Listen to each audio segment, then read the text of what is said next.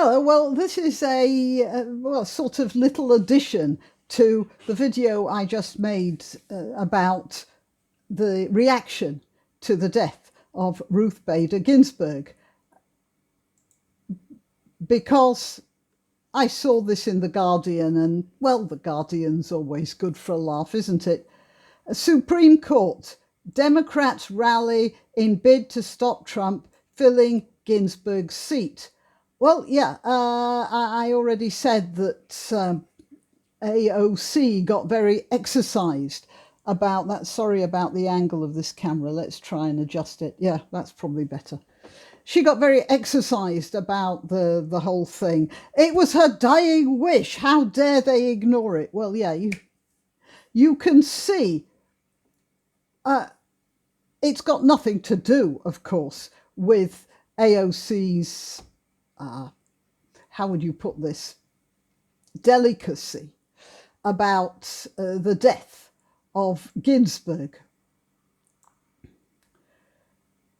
The fact is, they say they're going to fight to stop Trump from appointing a Supreme Court judge because somewhere in the back of their minds, they think they have a fighting chance in the next election.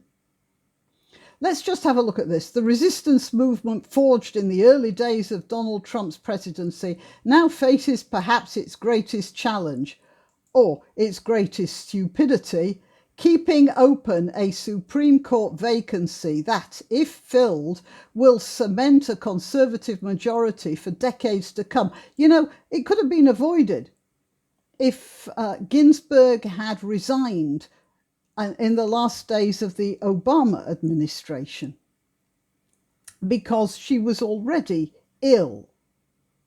So part of this problem is Ginsburg's fault. The death of Ruth Bader Ginsburg, the court's most senior and celebrated liberal, set the stage for a furious battle over her replacement weeks before the election. On Saturday, Trump said he would move without delay. He already said that, as is his right, to fill the vacancy, while the Senate Majority Leader, Mitch McConnell, vowed to hold a vote, and the Judiciary Committee Chair, Lindsey Graham, made clear he would be part of the effort. It was perhaps what Ginsburg feared. Yet if she hadn't been so keen on hanging on to power, then there would have been no fear, and she'd have spent the last 4 years seeing more of her family. According to NPR, the 87-year-old justice dictated a final message. Dictated it to her granddaughter, Clara Spera. My most fervent wish is that I will not be replaced until a new president is installed.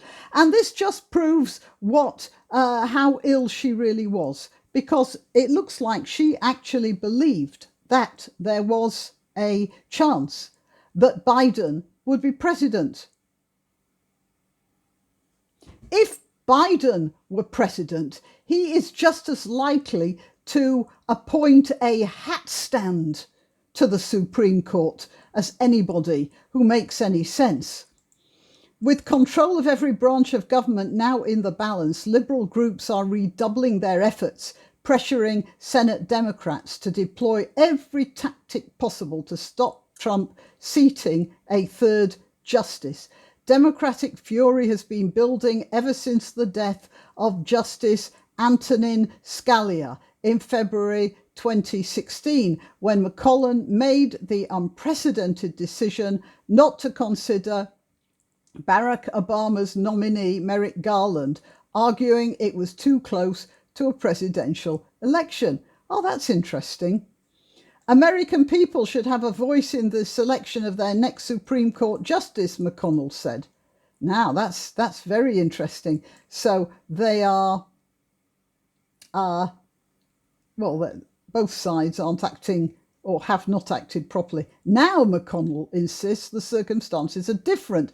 Well, you know, actually, I'm reading this in The Guardian, so we may have a different situation here, and I don't know enough about it.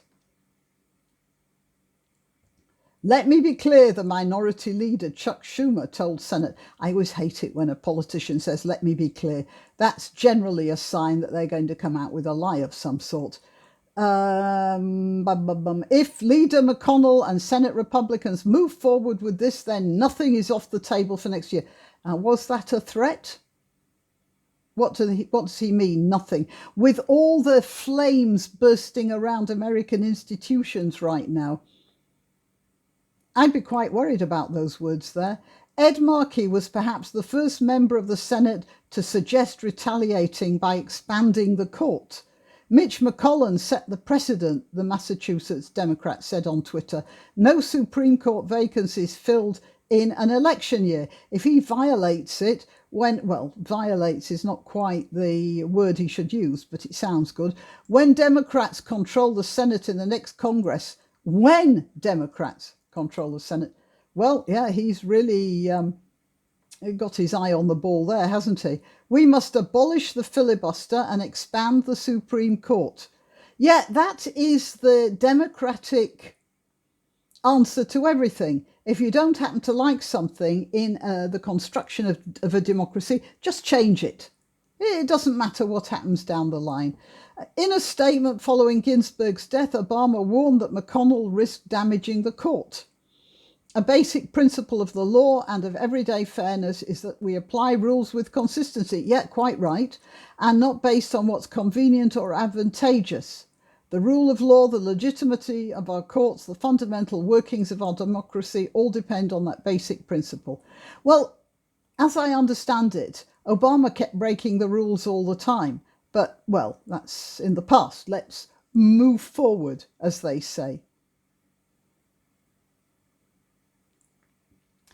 Brian Fallon said, make no mistake, any Supreme Court with a Trump justice confirmed to Ruth Bader Ginsburg's seat at this point in the calendar would be fundamentally illegitimate, and Democrats must be prepared to act accordingly. Yet they're all talking about revolution, aren't they?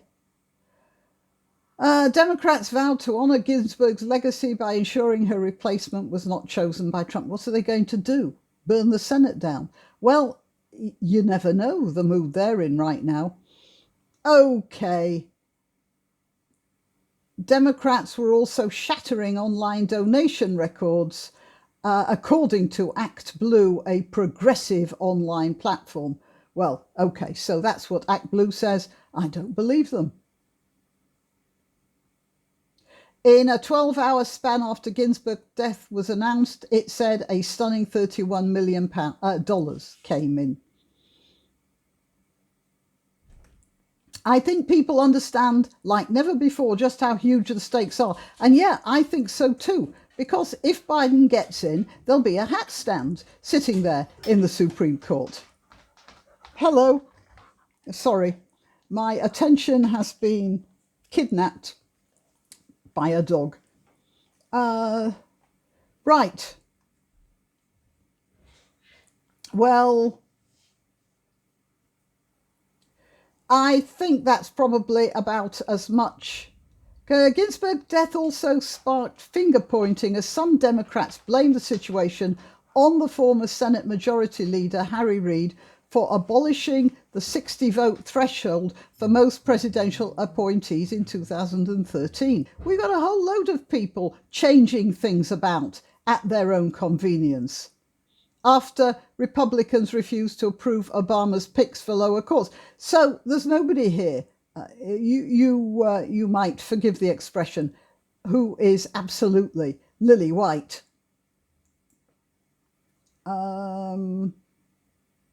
Oh, crikey. Trump really knows how to twist the knife. Thank you, Harry, Trump tweeted. And yeah, and here, the New York Congresswoman Alexandria Ocasio-Cortez said Ginsburg's death should radicalize progressive voters and motivate them to vote for Biden. Yep, right. Well, that's it. I just wanted to make that point that the Democrats obviously believe that they have a chance of winning. Frankly, I don't. And they are all getting behind Biden which is, well, it's an absolute disgrace. The man is mentally incompetent. That's perfectly obvious. How could anyone in America vote for somebody like that? It makes no sense to me at all. And all you any Democrat who happens to be watching this, if they've got this far, I want to say, you're talking about the importance of democracy. How can you possibly have a democratic government headed by somebody who is nothing more than a glove puppet, and you don't know who's got his hand up his fundament? How can you vote for anything like that? Anyway, look, if you do, be prepared for the possibility of the Ruth Bader Ginsberg's place on the Supreme Court to be taken over by a Hatstand. Why not treat yourself or a favoured relative or friend to these magnificent examples of merch? The mugs and t-shirts come in the Graniopteryx design or Granbo with a firearm or the more deadly knitting needles. Go to www.graniopteryx.com and whatever platform you're watching this on, please click like, subscribe and share.